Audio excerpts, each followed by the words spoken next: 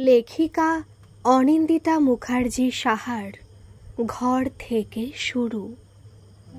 চোখ খুলতেই দীপ দেখল ঘড়িতে 8:30 বাজে। তাড়াতাড়ি করে উঠেই মা মা বলে চিৎকার করল। তোমার বোধ বুদ্ধি কবে হবে মা? কাল রাতে বারবার করে ডেকে বললাম যে আমাকে 7টা নাগাদ ডেকে দেবে, 8টার মধ্যে খেয়ে বেরোবো আমি। ধুস, কত দেরি হয়ে গেল, চাটা দাও তাড়াতাড়ি। শুনল কি শুনল না সেই দিকে মোটেই খেয়াল নেই দীপের। ও বকে চলেছে, মুখের সামনে ফোনটা ধরেই বলে চলেছে, আধশোয়া হয়ে মোবাইল ওপর নিচ করে চলেছে। ওকে দেখে সত্যি বোঝার উপায় নেই যে ওর বেরোনোর তাড়া আছে। মাকে ডেকেছে মানে ও নিশ্চিত মা এসে 1 কাপ চা দিয়ে যাবে। রোজই সেটা হয়, আর তাকে ঘিরেই যত আশা আবদার ভরসা। মোবাইলে চোখ রেখে মা ডেকে মিনিট 15 বোধহয় কেটে গেছে। তখনও আধশোয়া দীপের খেয়াল হয়নি যে নমিতা ঘরে আসেননি। মোবাইলের এমনই মাহাত্ম্য, কিভাবে যে দিন রাত এক হয়ে যায় বোঝাই যায় না। ধুস, মহিলার যে কবে সেন্স হবে বলেই উঠে পড়ল দীপ। ঘড়িতে তখন 8:50। কখন চা খাবে, কখন ভাত খাবে, আর কখন বেরোবে। তাড়াতাড়ি করে ঘর থেকে বেরোতে গিয়ে দেখল দীপ সরাসরি রান্নাঘরের দরজাটা বন্ধ। তার মানে নমিতা নেই রান্নাঘরে। দীপ এই 20 বছরের জীবনে হাতে গুনে কয়েকদিন সকালে রান্নাঘর বন্ধ দেখেছে। অষ্টমী, সরস্বতী পুজো, পাড়ার শীতলা পুজো, ব্যাস। এছাড়া খুব শরীর খারাপেও মাকে চাল ডাল সেদ্ধ করার জন্য ঢুকতে দেখেছে রান্নাঘরে। কি হলো কেসটা? মনে মনে ভেবেই মায়ের ঘরের দিকে উকি মারল দীপ। সেই ঘরেও দরজা বন্ধ। বাবা অফিস বেরিয়ে গেলে অবশ্য দরজা বন্ধই রাখা হয়, সেটা অবশ্য বিড়ালের উৎপাতে। বাথরুমে দেখতে যাবে তখনই বোনের ঘরে কথা বলার শব্দে উকি মারল দীপ। সাধারণত বোন বড় হওয়ার পর থেকে ওর ঘরে যখন তখন উকি মারা বা ঢোকা এসব করে না দীপ, এটুকু মানতেই হয়। কথার আওয়াজ পেয়ে আজ তাড়াতাড়ি ঢুকলো বোনের ঘরে। দীপা তখন কাঁধ দিয়ে ফোনটা চেপে ধরে সবুজ সালোয়ারের ওপর একে একে বিভিন্ন ওড়না ফেলে দেখছে কোনটা মানায়। বোঝা যাচ্ছে কোথাও যাচ্ছে। সকাল সকাল কোথায় চললি সেজে গুজে? আর মা কোথায়? দীপ জিজ্ঞেস করল। বেশ লাগছে দীপাকে। অন্য মেয়ে হলে নজরটা অন্যভাবে যেত দীপের, কিন্তু বোন বলেই নজরের এত পার্থক্য। দীপা ফোনটা রেখে চামচে করে কি একটা তুলে মুখে ফেলে বলল, একটু বেরোবো। খুব চনমনে দীপার গলাটা। সেটাই তো বলছি, কোথায় যাবি? দীপ আবার জিজ্ঞেস করল। দীপা বলল, মনির বাড়ি। দীপ বলল, মনি? কেন, কি আছে? মা কোথায়? দীপের গলার পারদ চড়ছে।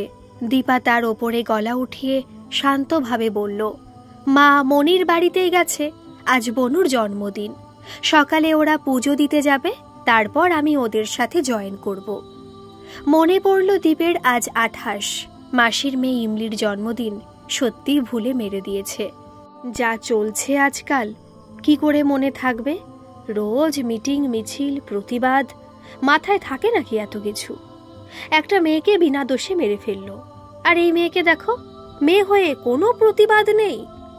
নিজের বোনের দিকে তাকিয়ে ভাবল দীপ। দীপা তখন ঠোঁটে খুব যত্ন করে বাদামি রং ঘষছে।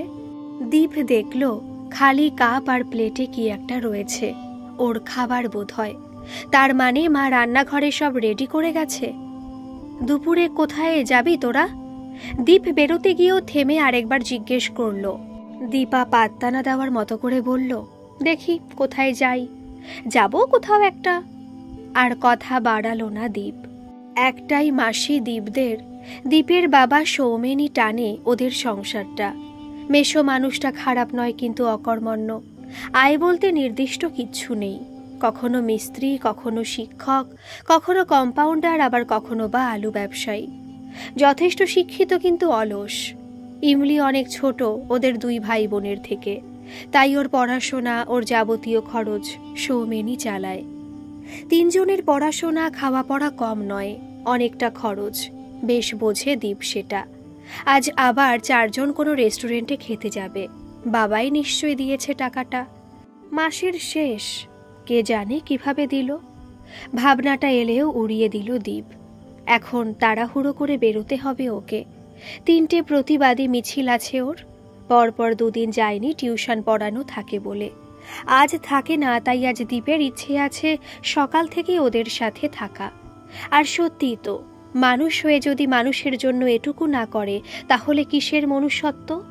অথচ দীপাকে দেখো, বাচ্চা তো না, ক্লাস 11। ওর বয়সী ছেলে মেয়েদেরই তো দরকার। দীপ তো কলেজের 2nd ইয়ার, ওরা তো করবেই প্রতিবাদ। কিন্তু দীপা একটা মেয়ে হয়ে কোনো রকম আলাপ আলোচনা নেই এ বিষয়ে। রান্নাঘরে ঢুকতেই দীপ দেখল সব শুকনো, না 1 কাপ চা না কিছু। তাহলে দীপা কি খাচ্ছে? চা আর ওটস মনে হলো। বোন, এই বোন, চিৎকার করে ডাকলো দীপ। দীপা ছুটে আসতে দীপ বলল, মা কি সকালে কিচ্ছু বানায়নি? দীপা হেসে বলল, না না, সময় কোথায়, কোন সকালে বেরিয়েছে, বাবারও আগে। বাবাকে তো আমি চা আর ওটস করে দিলাম, আমি নিজেও নিলাম। বলে দীপা চলে যাচ্ছিল। আমার জন্য চা আর কিছু একটা করে দে, আদেশের সুরে বলল দীপ। দীপা যেন প্রস্তুত ছিল এটার জন্য। মুখ ঘুরিয়ে সাথে সাথে বলল, নিজে করে নে, আমার ম্যাথ টিউশন আছে, সেখানে পড়ে তারপর যাব মনিদের ওখানে। দীপের মাথা গরম হয়ে যাচ্ছিল। একেই তো কত দেরি হয়ে গেছে, তারপর না খেয়ে ঠিক আছে, কিন্তু সকালে গরম চা না পেলে বাথরুমও অকেজো হয়ে যায় ওর, পেট ভার লাগে। সারাদিন রাস্তায় রাস্তায়, বোনকে একটু অনুরোধ করবে ভেবেও পারল না। আদেশের সুর যেন আজকাল রক্তে মিশে গেছে। যবে থেকে কলেজে 2য় বর্ষ হলো, 1ম বর্ষের সাথে এভাবেই কথাবার্তা চলে ওদের। পরে পড়তে যাবি, আগে চা করে দে আমায়, বলেই ফেলল দীপ। দীপা প্রায় নিজের ঘরে পৌঁছে গেছে। সেখান থেকেই মুখ বের করে বলল, মা পেয়েছিস নাকি আমাকে? যা বলবি মেনে নেব। দীপের মাথা আরো গরম হয়ে গেল। রেগে বলল, মা সামনে থাকলে মাকেই করতে হতো, সংসারে যার যেটা কাজ তাকেই করতে হবে। তুই মেয়ে হয়েছিস, বাবাকে চা করে দিয়েছিস, দে আমাকেও, আমি বাথরুম যাব। তোমার জন্য আজ দাদার এই অবস্থা। বেশ করেছে, মুখ করেছে, তোমার শিক্ষা হওয়া উচিত। আর একটু ভরসা করো ওকে। আজ তোমাকে জ্বালাচ্ছে, কাল অন্য বাড়ির একটা মেয়েকে জ্বালাবে। এখনো সময় আছে, কাল সকাল থেকে ছেলে মানুষের দায়িত্ব নাও। নিজের ঘরের মেয়েদেরই সম্মান করতে পারে না, আবার মিটিং মিছিল করছে অন্য মেয়েদের সম্মান দিতে। মনে পড়ল দীপার। কাল রাতে দীপ বাড়ি ফিরে যখন খুব বাজে ব্যবহার করেছিল মায়ের সাথে, শুধু রুটি করতে পারেনি বলে।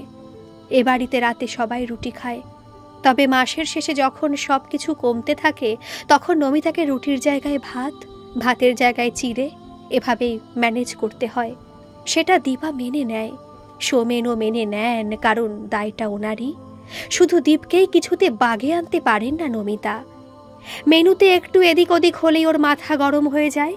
ওর মনের মতো না হলে দীপা বারবার দেখেছে মায়ের সাথে কি বাজে ব্যবহারটাই না করে দীপ, আর নমিতা চুপচাপ সেটা সহ্য করেন। সেটাই ওর দোষ। আর প্রথম থেকে কিছু বলেননি বলে দীপ আরও পেয়ে বসেছে। কাল রাতে রুটি হয়নি বলে ধাক্কা মেরে ভাতের থালা সরিয়ে উঠে গেল। সৌমেন ডাল মাখা ভাতটা খেতে খেতে বলল, ছেলেটার জন্য না হয় 4টে রুটি করতে, যেটুকু আটা আছে কাল সকালে টিফিন দেব তোমাদের। কাদো কাদো গলায় বলেছিলেন নমিতা। লাগবে না, ছেলের ভাতটা তুলে রাখো, কাল আমায় দিয়ে দিও। বলে সৌমেন আধা ভাত খেয়েই উঠে গেছিলেন, আর নমিতা চোখ মুছতে মুছতে চললেন ছেলের রুটি করতে। করে দিয়েও এসেছিলেন ছেলের ঘরে, আর নিজে কিছু খাননি। ঘুমাতে চলে এসেছিলেন দীপার ঘরে। এত সুন্দর একটা একতলা বাড়িতে সবার নামে ঘর আছে, শুধু নেই দীপার আর নমিতার। একটা ঘরে ভাগযোগ করে থাকে ওরা।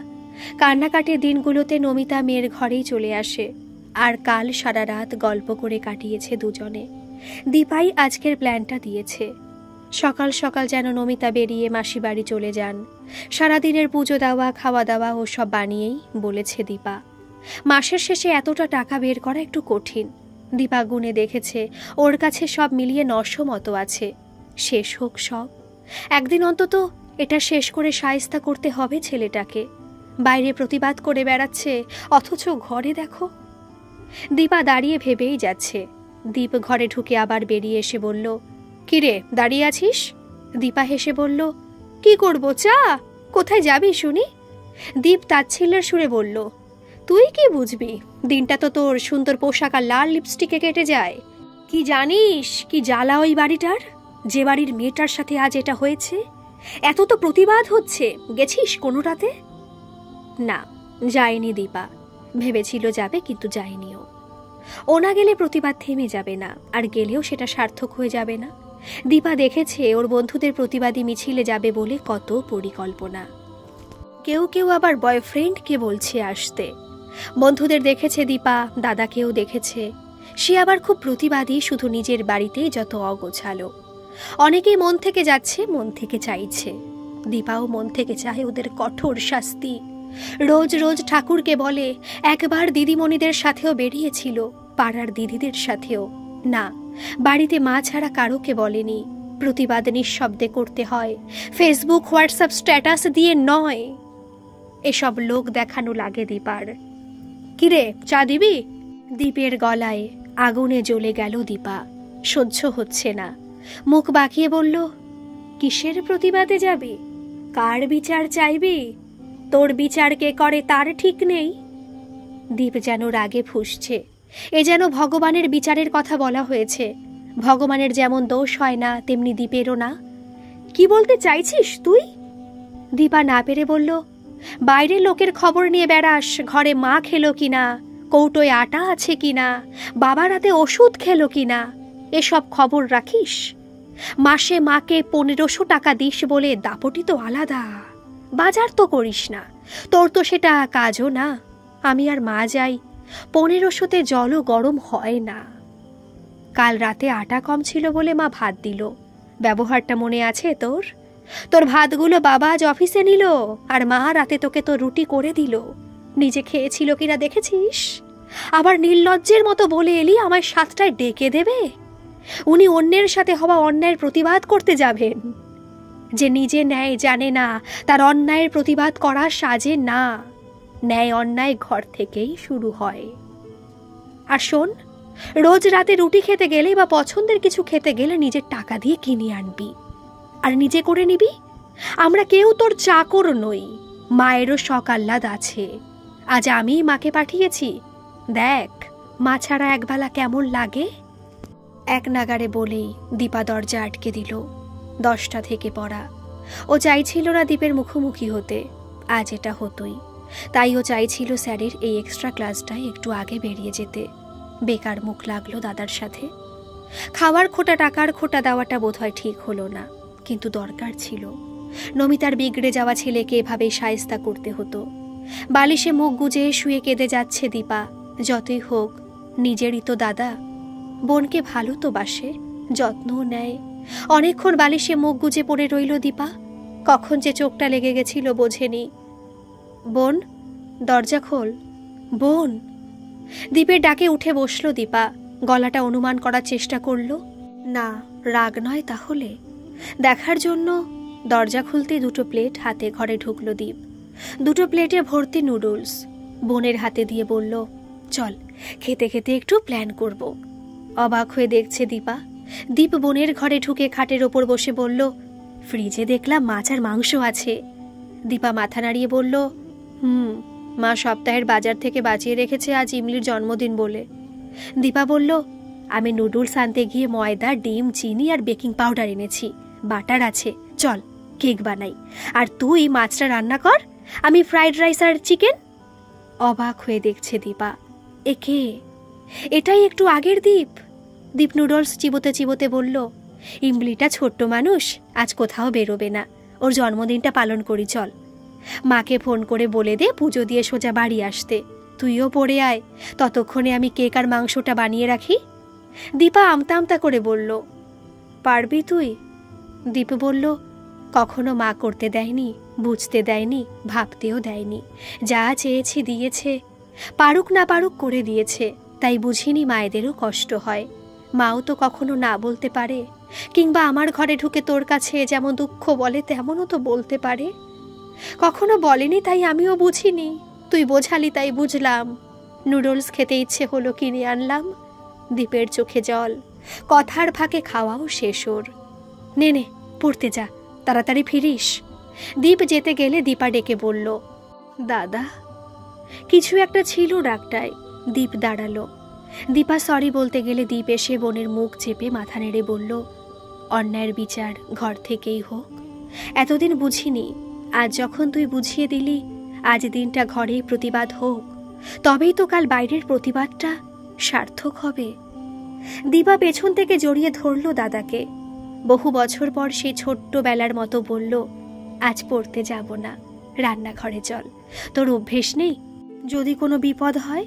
হেসে ফেলল দীপ। একটু আগের সেই রাগী মেয়েটা। ও জানে বড্ড ভালোবাসে মেয়েটা ওকে, তাই তো সঠিক শিক্ষাটুকু দিল। সত্যিই তো, ঘরই যদি ভালো না থাকে, পরকেও ভালো রাখা যায় না।